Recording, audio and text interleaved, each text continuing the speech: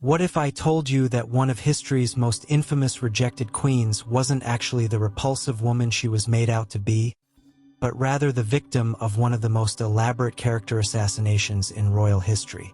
Today I will talk about the untold history of Anne of Cleves, the fourth wife of Henry VIII, whose story reveals a dark conspiracy of lies, medical cover-ups, and political manipulation that would make modern tabloids seem tame by comparison. For centuries, Anne of Cleves has been remembered as the lucky queen who kept her head by accepting her husband's rejection. History books paint her as the unattractive German bride who so disgusted Henry VIII that he couldn't bring himself to consummate their marriage. But what if this entire narrative was carefully constructed propaganda designed to hide a much more sinister truth? This is the untold past of a woman whose real crime wasn't being physically repulsive, but rather witnessing the horrifying decay of a king who had become a walking corpse. What I'm about to uncover is a medieval story so disturbing that it challenges everything we thought we knew about Tudor England. This isn't just another history documentary about royal marriages gone wrong.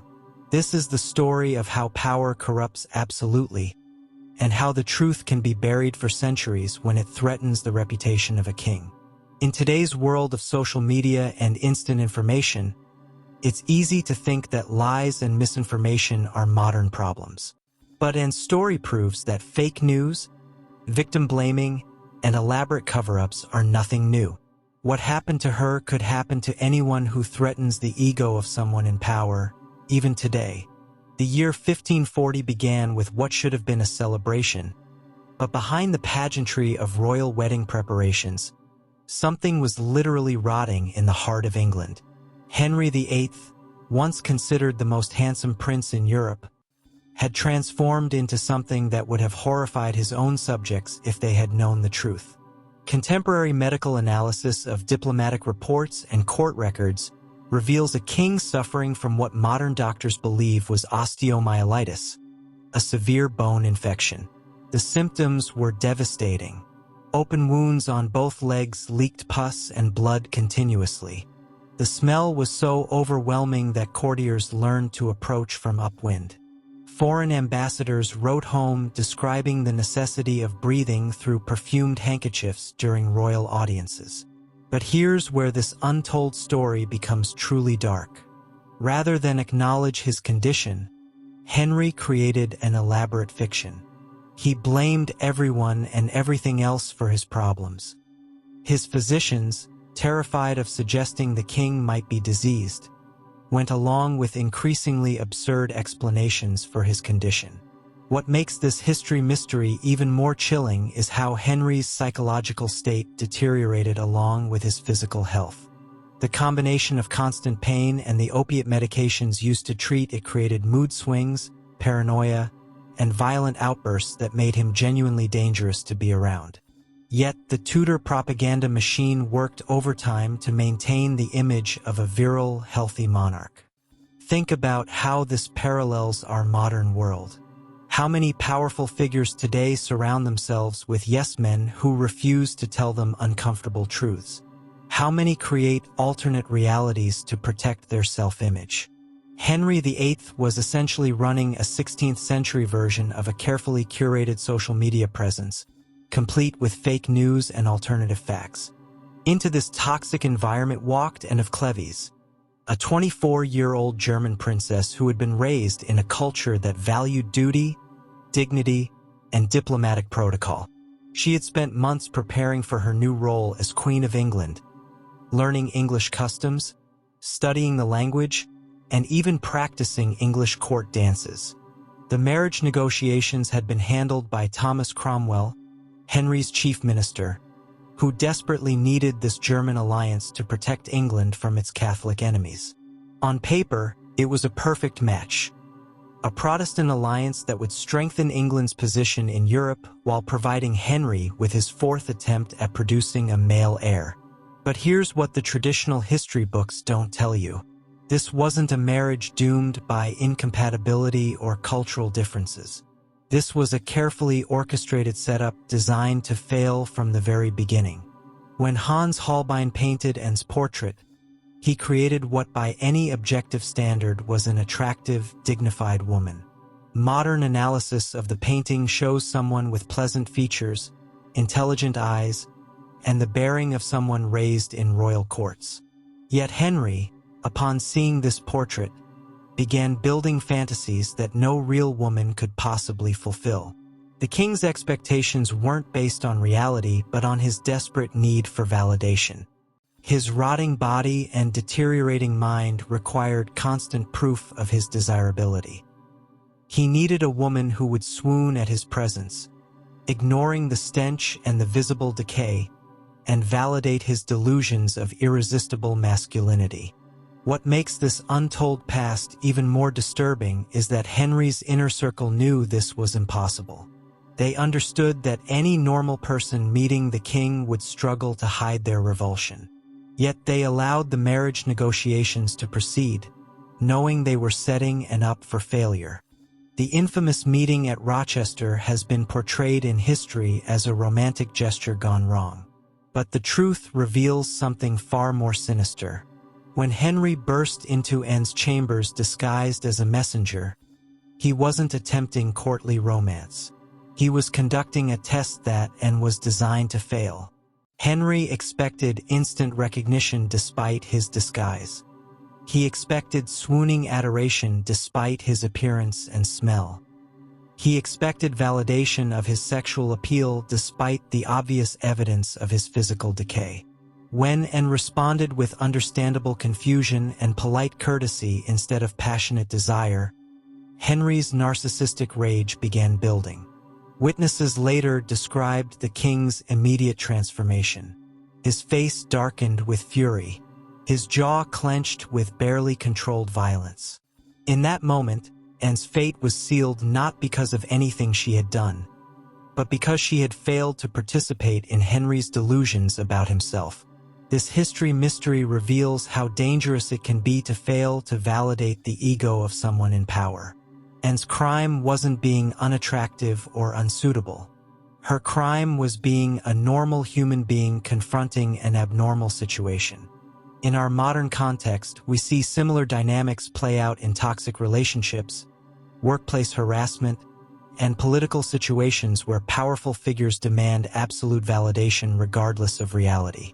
Anne's story serves as a warning about what happens when we enable such delusions instead of confronting them.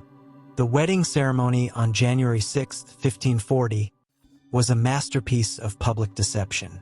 While courtiers celebrated and diplomats smiled, the bride and groom both knew they were participating in an elaborate charade. Henry's disgust was palpable to everyone present. While Anne maintained the dignity her upbringing had taught her was essential to royal duty. But the real horror began in the wedding chamber. Here, surrounded by silk and ceremony, the truth about Henry's condition became undeniable. His leg wounds had soaked through the bandages and stained the royal sheets. The stench was overwhelming. His physical condition made intimacy difficult, if not impossible. Yet instead of acknowledging his medical problems, Henry immediately began crafting the narrative that would destroy Anne's reputation. He complained to his physicians about her body. He invented stories about her smell. He suggested that her foreign ways had somehow corrupted his natural responses. These lies, whispered in royal chambers and repeated by sycophantic courtiers, began the character assassination that would follow and for centuries. The king's failure became the queen's fault through the simple expedient of having more power to control the narrative. What makes this dark history even more disturbing is how quickly the court adapted to Henry's version of events. Courtiers who had praised Anne's grace and dignity suddenly discovered flaws in everything from her accent to her perfume. Ladies-in-waiting who should have been her companions became spies and saboteurs, reporting every perceived fault to eager royal ears. This medieval story demonstrates how quickly truth can be warped when power decides to rewrite reality. It shows how institutions that should protect the innocent can become weapons of oppression when they're corrupted by those in authority. Within weeks of the wedding, and had been transformed from honored queen to public laughingstock through one of history's most effective disinformation campaigns. The Tudor propaganda machine worked with efficiency that would impress modern political operatives. Pamphlets appeared throughout London suggesting that German women were inherently unsuitable for English men.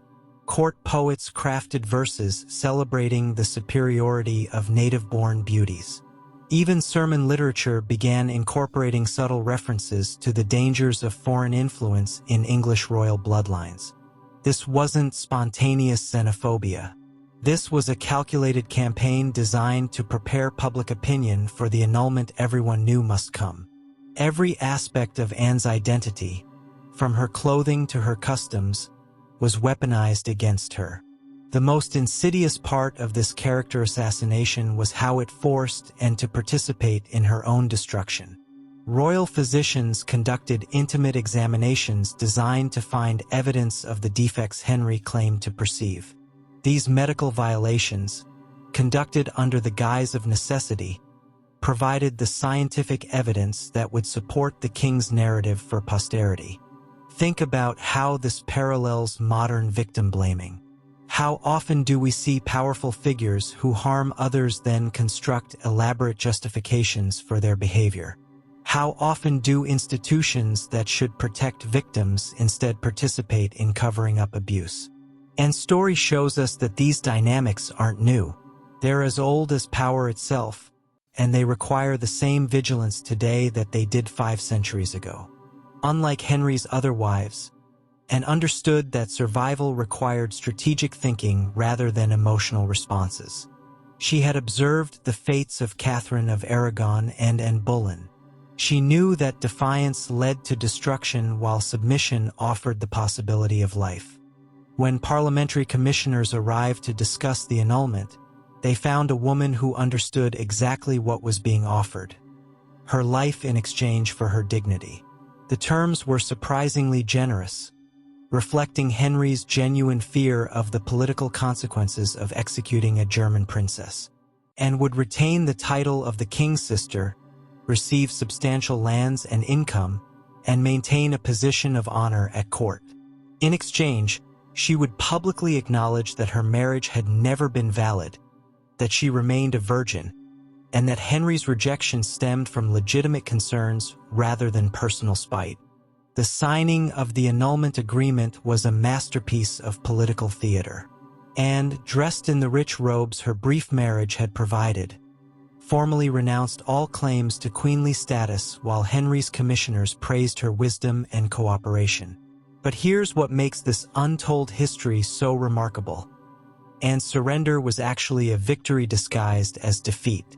She had found a way to escape Henry's increasingly deadly court while maintaining financial security and personal freedom. The documents she signed contained forced confessions acknowledging her own inadequacy, her acceptance of Henry's version of events, and her gratitude for his merciful treatment.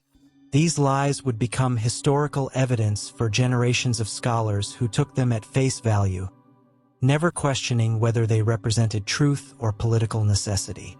On July 9, 1540, the same day Parliament formally annulled Henry's marriage to Anne of Cleves, Thomas Cromwell was executed on Tower Hill. The minister who had arranged the Cleves alliance paid with his life for his diplomatic success, while Anne dined safely in her new estate at Richmond Palace.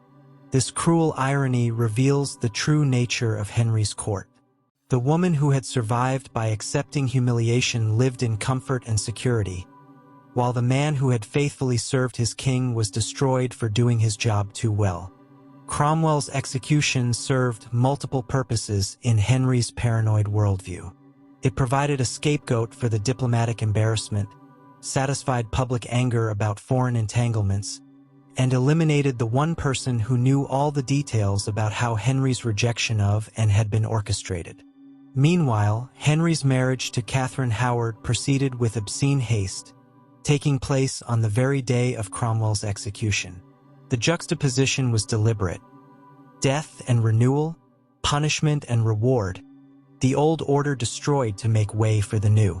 Anne was expected to attend the wedding celebrations, to smile and congratulate the teenager who had replaced her. This final humiliation was designed to cement her powerlessness and Henry's control over the narrative. Yet even this backfired in ways Henry couldn't anticipate. By forcing and to witness Catherine's triumph, he inadvertently provided her with a preview of what awaited his fifth wife. Anne's survival instincts had saved her from a fate that Catherine would meet within 18 months. What traditional histories miss is how Anne's supposed defeat became the foundation for a remarkable transformation. Her new status as the king's sister, while humiliating in its origins, provided freedoms that queenship had never offered. For the first time in her adult life, Anne could manage her own affairs without constant supervision. She could pursue her own interests, maintain her own household, and live according to her own preferences rather than the crushing obligations of royal protocol. Her account books, preserved in English archives, reveal a woman of sophisticated business acumen. She negotiated favorable leases, invested in agricultural improvements, and diversified her income through careful property management that substantially increased her wealth beyond Henry's original settlement, and also used her unique position to facilitate trade relationships between England and Germany, creating economic opportunities that benefited both kingdoms while building her own financial independence. Her investments in the wool trade, textile manufacturing, and luxury goods importation demonstrated practical intelligence that contradicted Henry's characterization of her as intellectually inferior. Perhaps most remarkably, and funded charitable activities that enhanced her reputation among ordinary English people who had initially accepted Henry's propaganda about her inadequacy. She established schools, hospitals, and religious institutions that served local communities, creating genuine popular support that provided additional security against political persecution. This untold past reveals a woman who not only survived one of history's most dangerous courts but actually thrived after her rejection. While Henry's later wives faced execution, exile, or endless political maneuvering, and built a life of genuine independence and respect. When Henry VIII finally died in 1547, and found herself in a remarkable position. She was the only one of his wives who had both survived his reign and maintained her independence. Catherine Parr lived but remained entangled in Tudor politics, while Anne enjoyed the unique freedom of being officially forgotten yet financially secure. The woman who had once been derided as inadequate had outlasted the king who rejected her, achieving a form of victory that none of Henry's other wives could claim. Her survival wasn't just personal triumph. It was a moral victory over the forces of tyranny and deception that had defined Henry's reign. During Edward VI's minority and Mary I's reign, Anne's position actually improved. Her Protestant credentials and continental connections made her valuable to various political factions, while her careful neutrality during succession crises demonstrated wisdom that many official courtiers lacked. Anne's household became a gathering place for moderate voices who valued her theological sophistication and her experience of continental reform movements. Her informal salons influenced English religious and political development in ways that traditional histories have overlooked. When Anne died peacefully in 1557, she had outlived Henry by a full decade and survived to see the reigns of Edward VI and the early years of Mary I. Her death at Chelsea Manor was marked by none of the political drama that had surrounded the ends of Henry's other marriages. Her burial in Westminster Abbey, attended by nobility and foreign diplomats, represented a final vindication of her dignity. The woman who had been publicly humiliated was laid to rest with honors befitting her royal status, while Henry's own tomb already showed signs of decay and neglect. For centuries, male historians accepted Henry VIII's narrative about and without question, perpetuating myths about the smelly queen who disgusted her royal husband through her own inadequacy. This historical bias reveals how powerful propaganda can outlast the regimes that create it.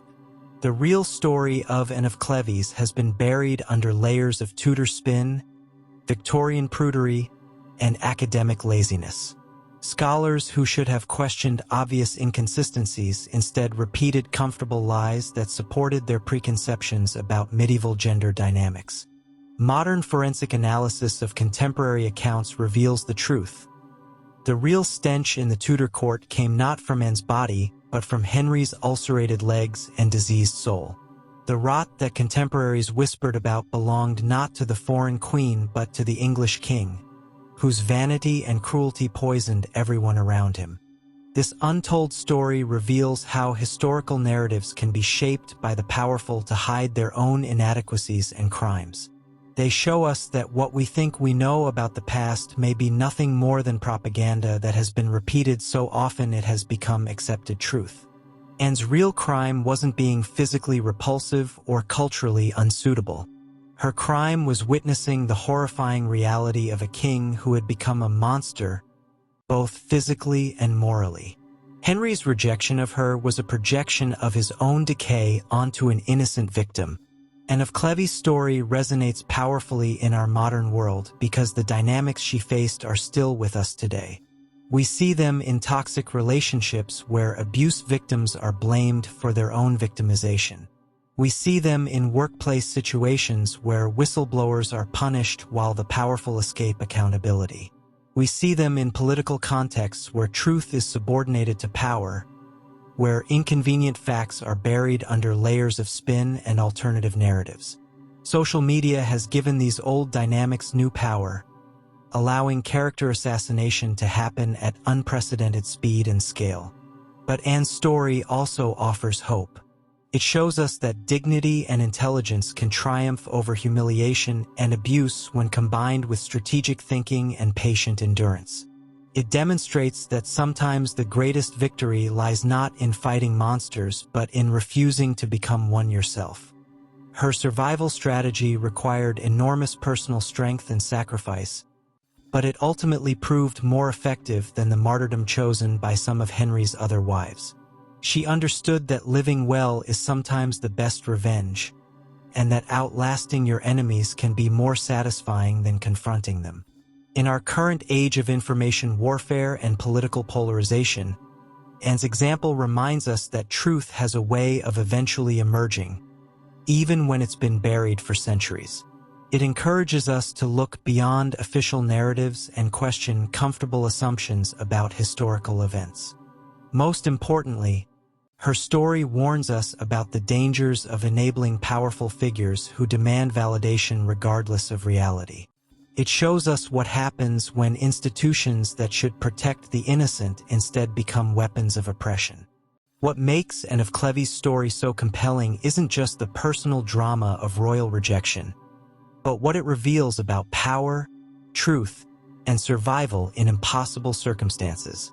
This isn't just another medieval story about arranged marriages gone wrong. It's a timeless lesson about how the powerful rewrite reality to serve their own needs. The Tudor court that destroyed Anne's reputation was remarkably similar to modern environments where truth is subordinated to power. The same psychological dynamics that allowed Henry's courtiers to participate in character assassination operate in our contemporary institutions. We see the same patterns in corporate cultures that protect abusive executives, in political systems that punish whistleblowers, and in social structures that blame victims while protecting perpetrators. The technology has changed, but the human dynamics remain depressingly familiar. Anne's story teaches us that resistance doesn't always require direct confrontation. Sometimes the most effective response to overwhelming power is strategic submission that preserves the possibility of future freedom. Her choice to accept humiliation in exchange for survival wasn't cowardice but wisdom. The historical cover-up of Anne's true story also demonstrates how narratives created by the powerful can persist long after their creators are gone. The lies Henry VIII told about his fourth wife outlasted his dynasty, influenced centuries of scholarship, and continue to shape popular understanding today. This reveals the importance of constantly questioning official histories, especially when they seem to blame victims for their own victimization. It reminds us that what we think we know about the past may be nothing more than propaganda that has achieved the status of accepted truth through repetition.